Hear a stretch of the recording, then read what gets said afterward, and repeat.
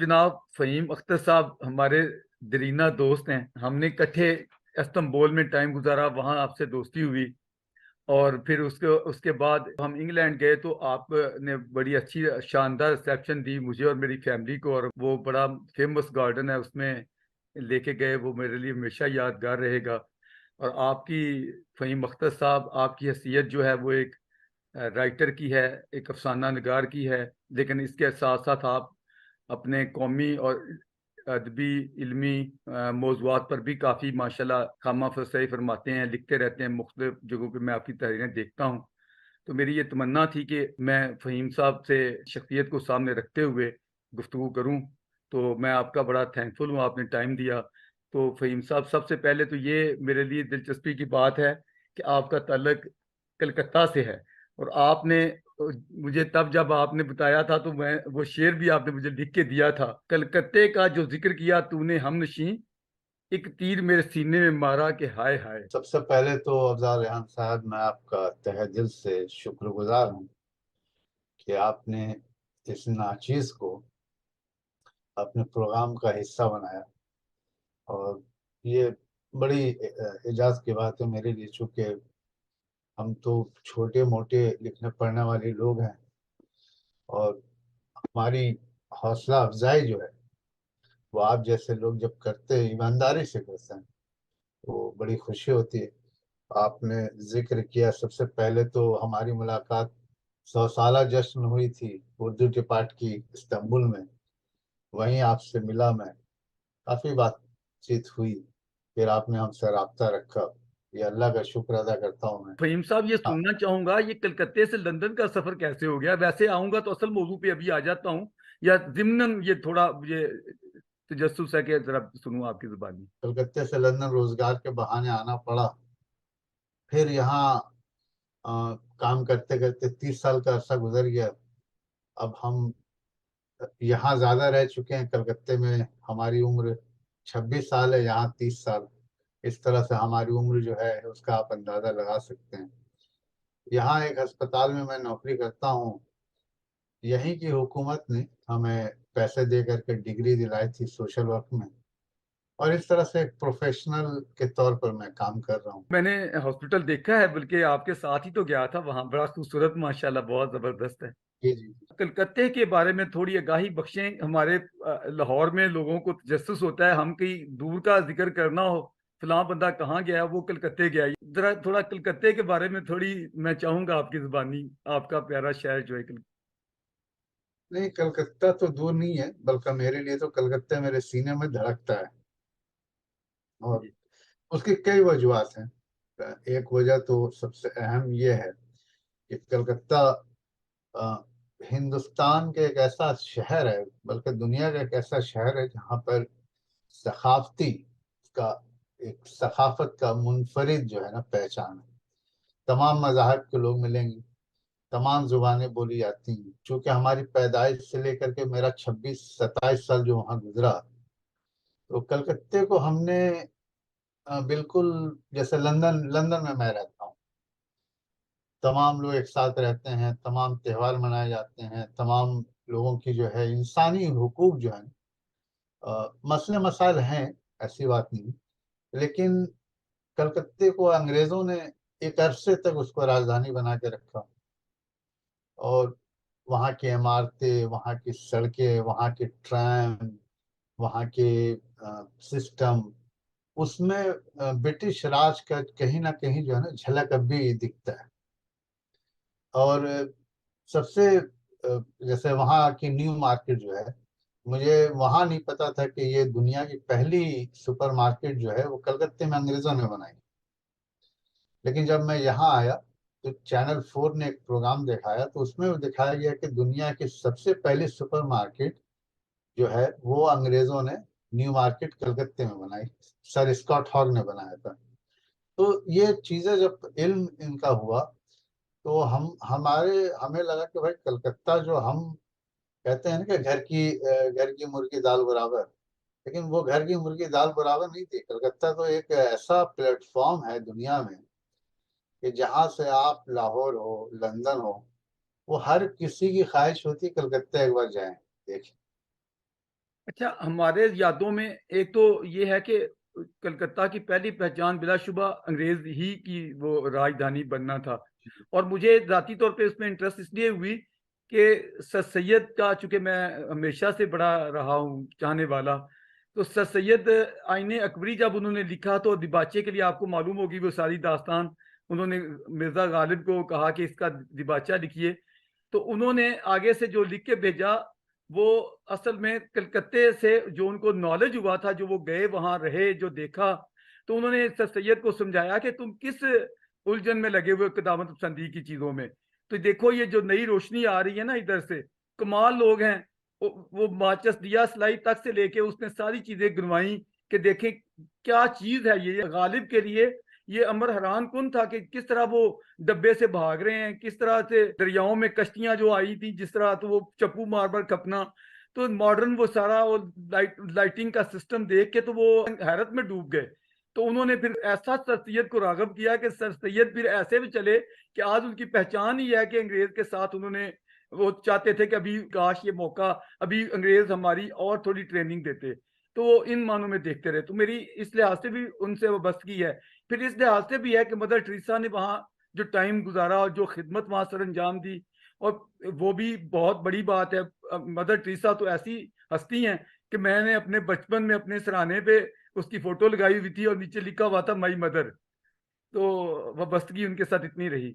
इसी नहीं, तरह मेरा मौलाना भी अबुल मतलब कलाम आजाद का भी रेफरेंस आता है, और इस तरह इंडियन पुरानी फिल्मों का भी वहां जिक्र आता है। तो कलकत्ता से हमारी दिलचस्पियां, मोहब्बतें इन सारी चीजों के मिलने से बढ़ जाती हैं। नहीं, मदर टेरेसा की आप बात कर रहे थे, मैं मेरी उनसे, चूंकि मैं जब कलकत्ते में था 1985 में, तो मेरी उनसे मुख्तसर मुलाकात हुई थी। और वो नेशनल कैडेट कॉर्प्स की एक कैंप लगी थी, उसमें वो आए थी। हमें सर्टिफिकेट भी दिया था। वो अभी भी मैंने संभाल के रखा है, दीवारों पर लटकाया हुआ है। उनकी सबसे बड़ी जो खूबी ये थी कि वो, तो मदर टेरेसा के अंदर मैंने एक खूबी देखी थी, और कि उन्होंने उनसे आप मिलिए, चूंकि मैं तो मिला था, तो वो इंतकाल कर गई। तो वो जो मदर टेरेसा का जो आपके जहन में तस्वुर होता है, वो बिल्कुल ही सादगी से एक मुस्कुराहट लिए खातून है, और ऐसे ऐसे लोगों को वो गले से लगाती हैं जिस जिसके करीब जाने से हम और आप घबराते हैं या उनको नजरअंदाज करते हैं। तो यही इंसानियत जो है आजकल हमारे अंदर कमी आ गई है। हम आजकल उन लोगों को दरगुजर कर रहे हैं, चाहे वो तकसीम हिंद हो, चाहे अंग्रेज का छोड़ना हो, चाहे मौलाना अबुल कलाम आज़ाद की बात हो, या सर सैयद अहमद खान की बात हो, या गालिब की शायरी हो। हम जो असलियत है, रियलिटी से जुड़ने की बजाय उससे दूर होते जा रहे हैं, जिससे इंसानियत जो है वो धरी रहेगी। फहीम साहब, आगे बढ़ने से पहले मैं कहना चाहूंगा कि आप और मैं वो लोग हैं। आपका मुल्क जो पार्टीशन पे आपका बंगाल टूटा, दो टुकड़े हुआ, और हमारा पंजाब टूटा और दो टुकड़े हुआ। जितने दुख आपके खिते में सहने पड़े और जितने हमारे खिते में सहने पड़े, इतने मेरा ख्याल है किसी को भी नहीं सहने पड़े। पार्टीशन को यकीनन आपने तरह के वो मराहल जो गुजरे, जो दुख पहुंचे, उनको अच्छी तरह जानकारी ली होगी। तो मैं सुनना चाहता हूँ यहाँ लाहौर में बैठे कि आप लोगों की या वहाँ आम लोगों की उनके बारे में क्या तासुरात हैं, क्या वो जाहिर है कि जो दुख होते हैं कई ऐसे होते हैं जो आगे तक चलते हैं, नस्लों तक जाते हैं। तो वो सारी, इसको आप किस नज़र से देखते हैं? देखिए, तकसीम हिंद जो है वो एक ऐसा मौजू है, एक ऐसा मसला है, एक ऐसा दर्द है, तो वो ता क़यामत तक कायम रहेगी। वो, उससे आप इनकार नहीं कर सकते। आपने बड़ी अच्छी बात कही कि तकसीम हिंद दरअसल दो सूबों का बंटवारा हुआ, एक तरफ बंगाल, दूसरी तरफ पंजाब। चूंकि उस जमाने में मशरक़ी पाकिस्तान के साथ बंगाल था, बाद में पाकिस्तान अलग हुआ, वो बांग्लादेश बन गया। मैं समझता हूँ कि अंग्रेजों ने तकसीम हिंद को बहुत जल्दबाजी में किया, क्योंकि दूसरी जंग अजीम जो है उससे अंग्रेजों की कमर टूट गई थी, और मुआशी तौर पर वो उनकी हालत ठीक नहीं थी। और उन्होंने जो इजरायली स्टेट का जो, जिसको उन्होंने किया 1948 में, तो दबाव था कि अब तमाम जगहों पर जहां ये इनकी हुकूमत है इनको छोड़नी चाहिए उसूल के बिना पर।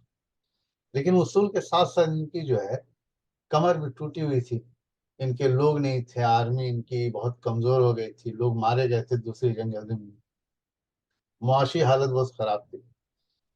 लेकिन उसका खामियाजा ये भुगतना पड़ा कि आज भी हिंदुस्तान पाकिस्तान बनने के बावजूद मसले मसाइल और बढ़ गए, कम नहीं हुए, जो मैं समझता हूँ। मिसाल के तौर पर पार्टीशन में कम से कम 2 साल का रोड मैप होना चाहिए। 2 साल के रोड मैप में वो दिक्कतें नहीं होती जो आज हो रही हैं। इसमें कोई शक नहीं कि दो कौमी नजरिए के तहत मुल्क को बांट दिया गया। और आज भी देखिए कि इतने दिनों बाद भी हम आजादी के जश्न को मनाते हैं, लेकिन कितने दर्द वो जो है ना वो अभी तक वो आए हैं, वो चीजें जो हैं वो दबी दबी हुई। लेकिन उसके लोग अभी भी जो है ना उसका दर्द सहते हैं। वो और जो जो फैमिलीज इधर रह गए वो परेशान है, उनको आने जाने में दुश्वारी हो रही है, उन पर जो है इंतहा पसंदी का लेबल लगा कर उन्हें हरास किया जा रहा है। ये ये कोई आजादी नहीं है, ये मजाक है। और इसमें सियासत जान जो है, सियासतदान ने इंसानियत का रोल नहीं अदा किया है। उन्होंने सियासी मुफाद परस्ती का रोल अदा किया है, जिसका नतीजा ये है कि ना आप कलकत्ता आ पा रहे हैं, ना कलकत्ता से लोग लाहौर जा पा रहे हैं, सही जो कि बात। बड़ी शर्मनाक बात है। सही बात। वहीम भाई, मुझे एक बात, जब भी ये आज़ादी का आता है तो मेरे दिमाग में वो बोल गूंजने लगते हैं, ये बहार कैसी आई जो खजां भी साथ लाई। अब मेरी तो आज़ादी उसी तरह की है जैसे गांधी जी छोड़ के, दिल्ली को छोड़ के, आज़ादी की तकरीबात छोड़ के तो कलकत्ता जा चले गए थे कि मैं दुखी लोगों के साथ रहूं। तो मैं तो सच्ची बात है, लाहौर में जो दुख एक दूसरे हिंदू भाइयों को झेलने पड़े, मैं जब उनका जिक्र देखता हूँ, पढ़ता हूँ, जाके वो जो उनकी इमारतें बिल्डिंगें सब देखता हूँ, वो मोहल्ले, वो इलाके, तो सच्ची बात है मेरा दिल नहीं मानता कि मैं इस पे खुशी मनाऊं। कैसे मनाऊं? इतनी अजियत दे के लोगों को निकालना उनके घर। देखो, अपने घर से हर किसी को वाबस्तगी होती है, मोहब्बत होती है अपने अपने शहर से, अपने गांव से, अपने अपने मकानों से, अपने मोहल्लों से। वो मैंने पढ़ा है कि मॉडर्न आबादी थी कृष्ण नगर, बीबियों ने हांडियां ऊपर रखी पका रही थी, जब बलवे हुए तो बेचारियों को उसी हालत में हांडियां ऊपर पड़ी हैं और वो भागना पड़ा। इस तरह की जब चीजें देखते हैं तो इंसानियत के हवाले से, तो क्या ये आजादी लेते हैं, लेकिन आजादी के लिए मुल्क का बंटवारा करना, इतनी बर्बादी करना, इतने लोगों को तबाह कर देना, उजड़ जाना, क्या इसके बगैर आजादी नहीं, कोई और इसका मुतबादल कुछ नहीं था? मैं बिल्कुल था, मैं तो अभी क्या बोला हूँ कि अंग्रेजों ने, देखिए अंग्रेजों ने दो बहुत बड़ी गलतियां की हैं जो मैंने कॉन्फ्रेंस में ये बात उठाई थी। पहली बात तो ये है कि उन्होंने मुगल हुकूमत को खत्म किया था और बहादुर शाह जफर को बहुत ही जलील तौर पर मुल्क से बेदखल करके उन्होंने उनको जिस तरह से सजा दी। मैंने इस पर डिमांड भी किया था, एहतजाज भी की थी, और ये भी डिमांड किया था कि अंग्रेजों को माफी मांगनी चाहिए जो इतना बड़ा तारीख कर लिया। इससे कोई आप भी इनकार नहीं कर सकता, क्योंकि उन्होंने एक इस्टेब्लिश बादशाह को, जबकि वो ना टेररिस्ट था ना उसने कुछ भी किया था, इन्होंने उसको कैद करके बर्मा ले गया। उस दूसरी गलती उन्होंने की कि उन्होंने खुदगर्जी का नतीजा ये दिखाया कि दूसरी जंग अजीम में जब उनकी कमर टूट गई तब उन्होंने हिंदुस्तान वगैरह सबको छोड़ दिया इस तरह। और ऐसे नहीं छोड़ा, मतलब ता कयामत एक अजाब बना के छोड़ दिया। आप देखिए कि आज अंग्रेज किसी भी जगह बात करते हैं तो 2 साल 4 साल का रोड में। अभी देखिए यूरोपियन यूनियन इन्होंने छोड़ा, इन्होंने ऐसे थोड़ी निकल गए। इन्होंने प्लान बना के 1 साल में इमिग्रेशन करेंगे, 2 साल में टैक्स करेंगे। यहाँ पर इनकी पॉलिसी काम आती है। इतना बड़ा मुल्क जहां पर उन्होंने 2 साल से ज्यादा हुकूमत की, वहां इन्होंने क्या मैसअप करके रखा हुआ है। आज उसका नतीजा है कि दोनों तरफ के हुक्मरान जो हैं अपनी सियासी रोटी को गर्म करने के लिए दोनों कौमों को परेशान करके रखा हुआ है। न उधर हिंदू खुश है, न इधर मुसलमान खुश है। जो लोग खुश हैं वो हैं जिनके हाथ में खंजर है, तलवार है, जिनके हाथ में झंडा है। ये किसी मसले का हल नहीं है। लेकिन एक बात मुझे बताएं फ़हीम साहब, जो आखिरी मुगल बहादुर शाह जफर, एक बात है, जब बगावत इतनी बड़ी फैली है तो उसको क्या बागियों के साथ मिलना चाहिए था?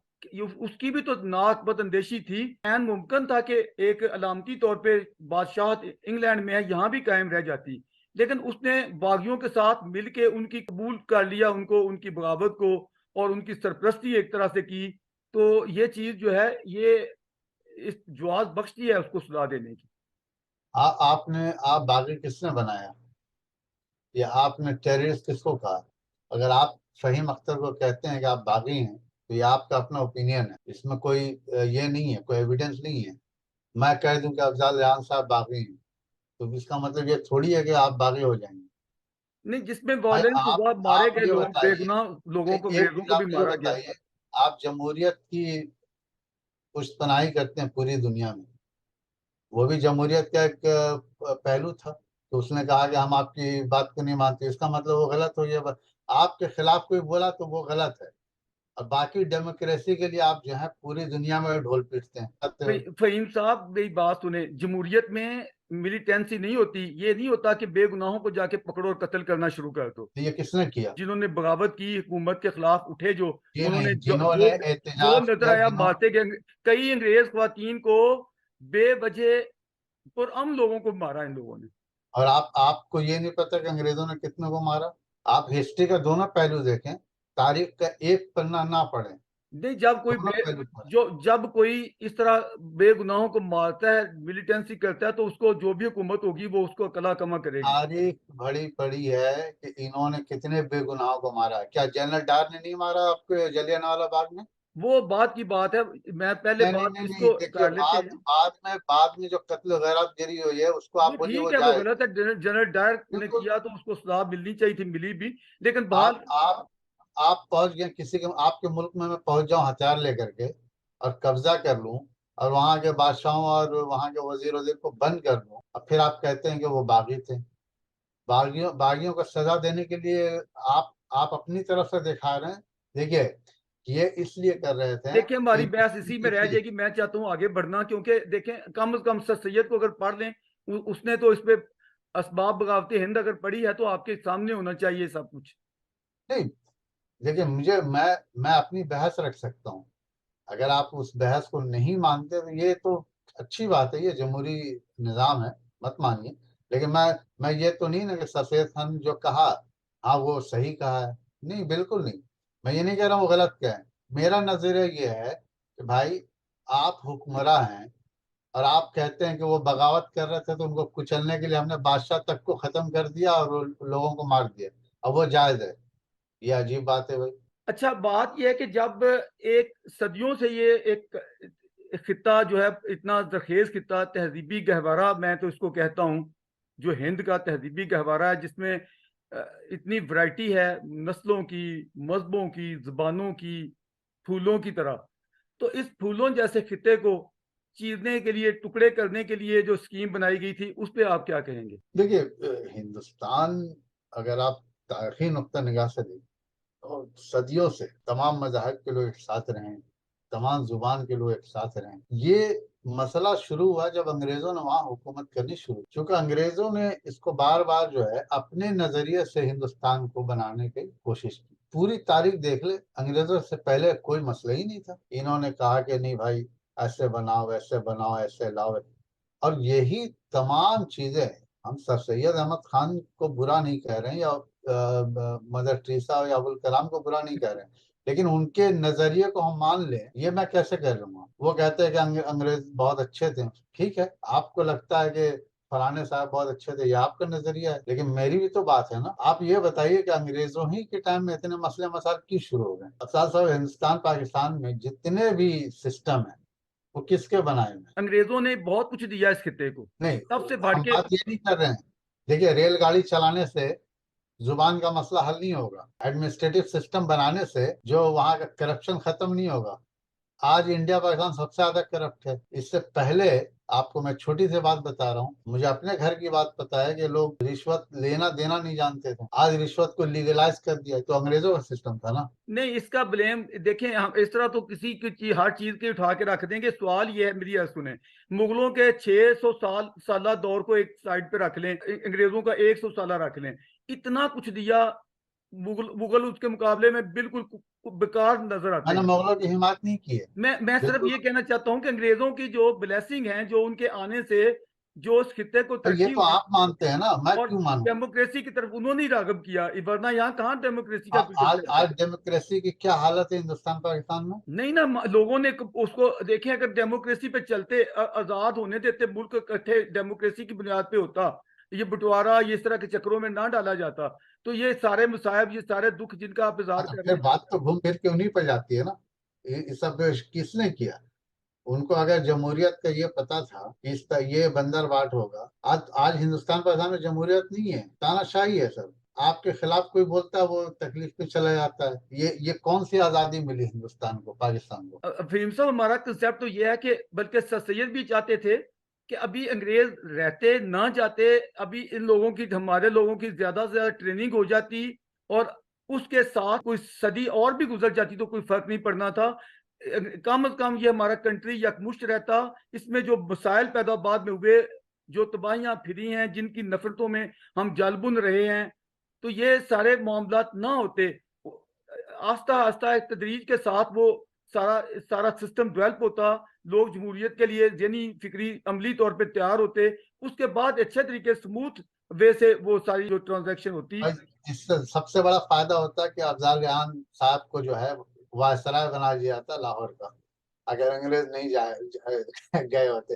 देखिए, ये सर सैयद का नजरिया जरूरी नहीं है रेहान साहब के मैं उसको उसी पर बात करूं। नजरिया एक होता है, अफजल साहब की बात दूसरी होती है, फहीम अख्तर का तबसरा तीसरा होता है। मैं ये बात नहीं कहूंगा कि उन्होंने जो कहा वो बिल्कुल दावे के साथ के, अरे भाई, एक अलीगढ़ मूवमेंट से हिंदुस्तान पाकिस्तान का मसला हल नहीं होने वाला। अगर यही बात होती तो पाकिस्तान बनते ही नहीं। नाम बनता तो क्या हो जाता कि यूनाइटेड इंडिया अगर होता, उसमें एक जमहूरियत चल रही होती, तो क्या देखें, डेमोक्रेसी ऐसी चीज है जिसमें सारों को उनके राइट मिल जाते हैं, अगर सही मानों में डेमोक्रेसी हो। वहां ये बिल्कुल मेजॉरिटी गलत है। मिनॉरिटी का जो बिल्कुल रोना रोया गलत है। जाता है, ये नहीं आज करना आज था। आज 75 साल में जो हिंदुस्तान की जो हालिया हुकूमत है, उसने कहाँ खड़ा करके रख दिया है, आप देखिए। आज लोग नाम से जान रहे हैं हिंदुस्तान में, पहले तो ये नहीं था।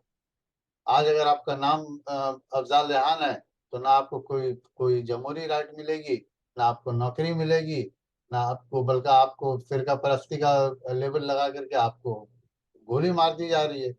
ये आप कैसी बात कर रहे हैं? आप आपके सामने सारी चीजें हो रही हैं, आप देखिए वही हाल पाकिस्तान का हो रहा है। मेरे इल्म के मुताबिक तो एक वहाँ बल्कि काफी कोटा रखा गया है मुसलमानों के लिए और अकलीतों, निचले जो कमजोर तबके हैं उनके लिए। एक चीज होता है कि कॉन्स्टिट्यूशन लिखना, लॉ बनाना, इम्प्लीमेंटेशन कहाँ है वो भी तो देखिए ना। अब आप देखिए कि अभी ट्रेन में जिस तरह से एक पुलिस ऑफिसर ने गोली मारी, वो आपके इल्म में है कि नहीं है? देखिए, अभी इंडिविजुअल की मिसालें और चीज है, नहीं नहीं लेकिन नहीं, क्या मजमूई बात कर देखना रहे, एक होता है मिनट चीजों रुकिए को। आजाद साहब, ऐसे बात नहीं करें। कैसे इंडिविजुअल की मिसाल वो इंडियन रेलवे की वर्दी पहने हुआ है, वो जिस तरह से गोली मारता है उसकी वीडियो लोगों ने देखी है। ये कैसी बात कर दी आपने कि इंडिविजुअल की बात है? अरे यही तो मसला है कि जो हिंदुस्तान जिस बुनियाद पर बनी है, उसका तो इस्मत दरी हो रही है दिन ब दिन, उसकी धज्जियां उड़ाई जा रही हैं। और आप कैसे कह रहे हैं कि हिंदू, भाई यही यही चीजें जो हैं हिंदुस्तान को खतरनाक मोड़ पर ले आता है, पाकिस्तान को खतरनाक मोड़ पर ले आता है। आप अगर आपके अंदर सुनिए, एक आदमी पुलिस ऑफिसर जो है गोली मारता है और बाकायदे धड़ल्ले से कहता है कि, अब फिर आप उसको डिक्लेयर कर देते हैं कि उसकी जहनी तवाज़ुन खराब है। कोई जहनी तवाज़ुन खराब नहीं है।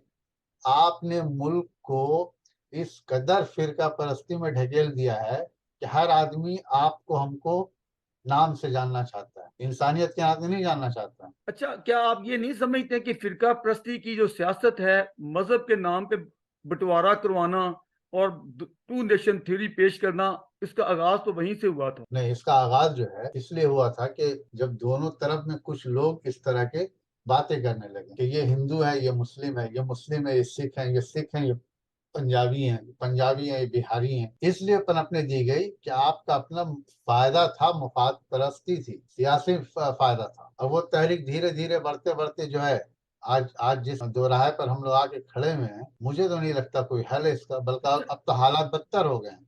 अच्छा फहीम साहब, ये 16 अगस्त 1946 को जिन्ना ने डायरेक्ट एक्शन की कॉल दी थी, आप इसको किस तरह देखते हैं? जिन्ना साहब जो है वो मजबूर, आपको याद होगा जब अल्लामा इकबाल ने इस बात को महसूस किया, अब हिंदुस्तान आजाद अगर हो गया, क्योंकि ये देखिए आजादी दूसरी जंग अजीम के दौरान ही समझ में आने लगी कि आजाद होने वाला। गांधी जी जो हैं वो, उनकी तहरीक और उनकी बातें जो हैं वो धीरे धीरे आइसोलेट होने लगी। उनके साथ जो लोग थे उन्होंने फिरका परस्ती को बहुत बढ़ावा देना शुरू किया। ये बातें उस जमाने में भी, अल्लामा इकबाल ने 10 खतूत लिखे हैं जिन्ना साहब को, और 10 खतूत में कहा कि भाई आप आइए और पाकिस्तान जो है वो बने। जाहिर सी बात है उनको दानिश्वर थे, उनको इल्म होने लगा था। आजकल के दानिश्वर नहीं, आजकल के दानिश्वर जो है माजी की बात कर। इकबाल ने तो बाद में, बल्कि उनके काफी प्रूफ मिलते हैं, पार्टीशन के नजरिया जो उनको जोड़ा जाता है उससे अपनी बरात का इजहार किया था और कहा था मैं बिल्कुल, मैंने ये ना सोचा है ना मैंने कहा है।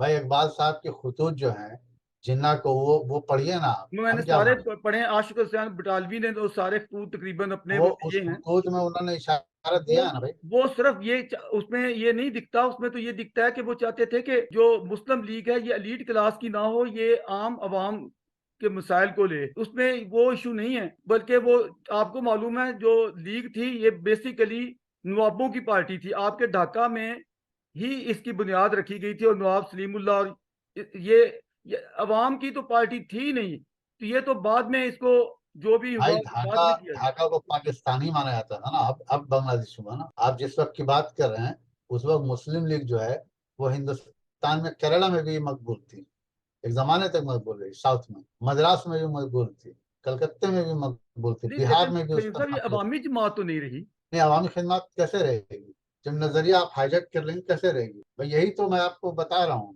कि जब गांधी जी ने इंडियन नेशनल कांग्रेस के मूवमेंट को आगे बढ़ाया तो लोगों ने उसके नजरिए को हाईजैक करना शुरू किया। उन्होंने हिंदू मुसलमान शुरू कर दिया। गांधी जी को भी इसका अफसोस था।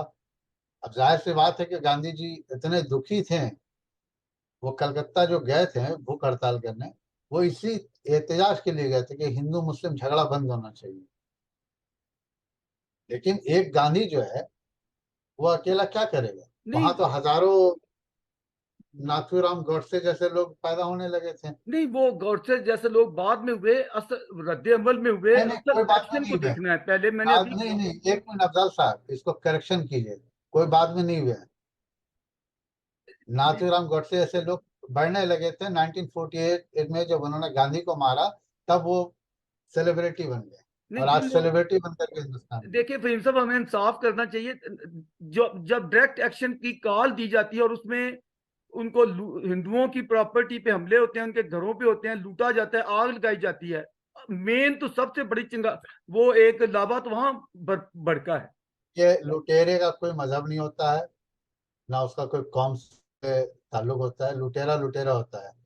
क्रिमिनल लॉ इसीलिए बना है। क्रिमिनल लॉ में हिंदू मुसलमान पंजाबी सिख नहीं है, अंग्रेज। आप घर जलाइएगा आप क्रिमिनल हैं, अब वो चाहे हिंदू हो या मुसलमान हो। आप किसी को लूटिएगा, इस्मत दरी कीजिएगा, आप क्रिमिनल है। तो ये नहीं देखा जाता कि आप मुसलमान हिंदू है। हमने आपने मुसलमान हिंदू बना रखा है। अच्छा अच्छा, एक मिनट, ये देखिए कि वो जब आग भड़की है उस पे पानी डालने के लिए, उसको ठंडा करने के लिए महात्मा गांधी दिल्ली छोड़ के वहां जाते हैं और सारा कुछ कोशिश करते हैं, नवाकली से लेकर कलकत्ता तक सारी हमारे सामने आज हिस्ट्री है।